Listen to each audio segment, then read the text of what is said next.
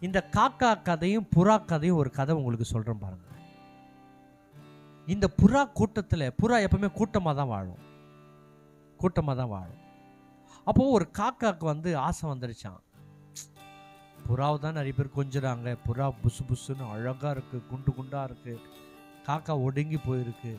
எப்படின்னா இந்த புறா கூட்டத்துல சேர்ந்துக்கணும். புறா கூட்டத்துல சேர்ந்து நம்மளும் பரிசுத்தமா வாழணும். புறா சாப்பிட்றத சாப்பிட்டுச்சான். புறா தண்ணி குடிக்கும் போது தண்ணி குடிச்சுதான். புறா எங்க பறக்குதோ அங்கெல்லாம் போச்சான்.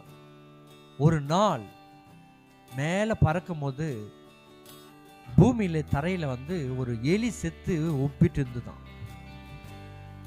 அப்போ புறாலாம் அதை கண்டுக்கல. புறா சாப்பிடாதுல்ல, கண்டுக்க. ஆனா காக்கா பார்த்துருச்சு. காக்கா பார்த்த உடனே ஆசை பொறுக்கல. அந்த கூட்டத்தை விட்டு பிரிந்து, போடா என்னால பரிசுத்தமா வாழ முடியலன்னு